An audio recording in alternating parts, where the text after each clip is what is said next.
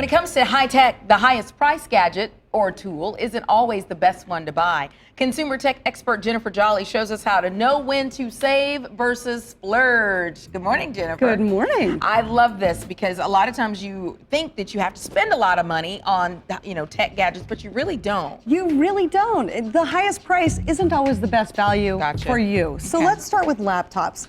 You have the little teeny tiny model. It's kind of like food. Right. The smaller it gets, the more expensive it gets. The gourmet little food, right? Yeah, this is an amazing laptop, but at $1,000, wow, chances are you could use something else. And it's only 11-inch screen. 11-inch screen, it's amazing. Pretty small. It is small. It's amazing technology, but you would usually buy something like this for your child as a starter computer. And not for $1,000. $1,000, that's a little much. A little better. One size larger, $700. Okay. Different brands, still a lot of bells and whistles, but this is a lot better price point for people entering in that $500 to $800 range. A lot better for people just getting a starter laptop. And the big enchilada up here. Well, this surprises a lot of people.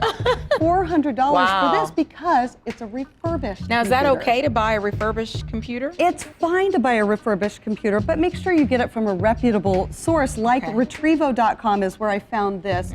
They have a lot of refurbished computers with warranties. And these aren't computers that are, messed up necessarily. Someone made they may not like the color. Somebody might have bought it wrong color, or it's last year's model. Or it's heavy. Yeah, it's a little bit bigger, but for $400, great laptop. From big to small, these tablets are really popular right now. Yeah, so I say save on the laptops, save on the tablets. This is still a very new technology. Over the next few years, we're going to see the technology advance as well as the price come down. So save on these. Don't run out and buy the most expensive iPad out there. Chances are you can get last year's model for less, or if you have an Android-based phone, go with an Android tablet. You should be able to get a perfect tablet in the $300 to $500 range, no more. Okay, speaking of phones, smartphones, should you save or splurge? Splurge on the smartphone. We get to go shopping. The reason you want to splurge on a smartphone is because this one gadget is your one gadget that does everything. It replaces your GPS. It replaces your digital camera, your video player. As long as you have a great smartphone, there's really nothing that you can't do. Great smartphone, $100 to $400, $500 even. Okay. I recommend spending it. You need that gadget. Okay, and really quickly, cable TV. Cable TV you can do without. You can use a product called a Roku or one of those streaming entertainment devices. And that's how you can get your shows. Great way to save. Awesome, Jennifer. Thank you. Go to galtime.com for more. You wake up, bam. Turn on the Daily Buzz. You got your news, your weather. Look out, headlines flying straight at you. Breaking it down, lists. Right off the top, we list everything you need to know. No lie, it's going to be hot. 20 things you need to know, getting you right out the door. Fast. Concise, no BS. You kind of start the day with this energy. It's not all serious. No. We've been known to kid around sometimes. You go to work, you know what's going on. And you don't look stupid. Nice. You watch the Daily Buzz, and you are ready to take on the day.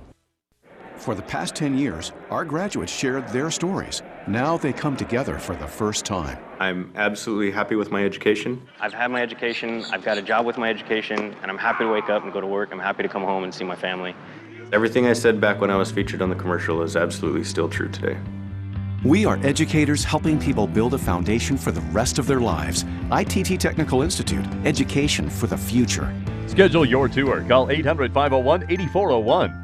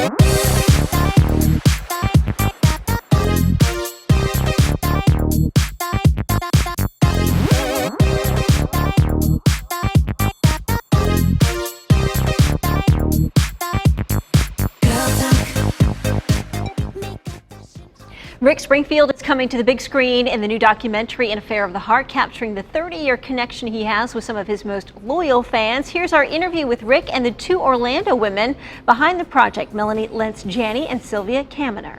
I'm going to surprise a couple of people. Break in and see what they've got in their suitcases, see what they bring with them.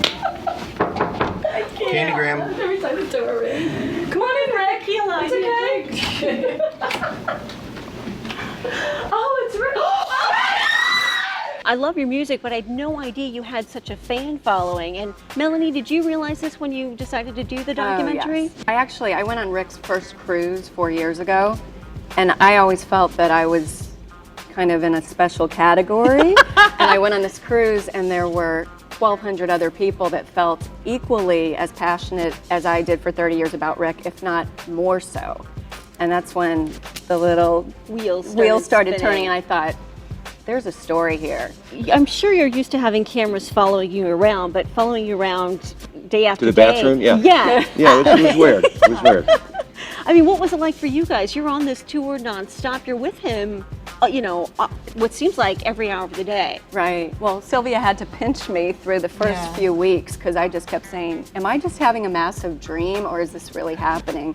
But we really wanted to go beyond and show that, I've seen a lot of music documentaries and you never see meaningful interaction between the artist and the fans. Boy, does this one have that. Oh my gosh. Rick Wow, actually it is. crosses that. I've never seen anything like it. I got to mention one, the Swedish Rock Festival. I must admit, I was nervous for you. I was nervous for you going out on that stage, and you own that stage. You just seem to have dialed into your vein of gold. You know how to handle any crowd. I'm at my most comfortable on stage, without question. Right here, I'm fidgeting and I'm nervous, but on stage, I am absolutely at ease and have absolute confidence. And I don't. There's nothing that I force. It's just there, and I know that I was meant to be on stage. Did you know that from a very young age? No, when I first started playing, when I was in bands, when I was 14 or 15, I played with my back to the audience. I was I was in a band playing guitar, and the audience would be back there, and I'd be playing like this. And the band would go to my mom and go, why is Richard playing with his back to the audience? My mom, in typical fashion, he's probably a bit shy.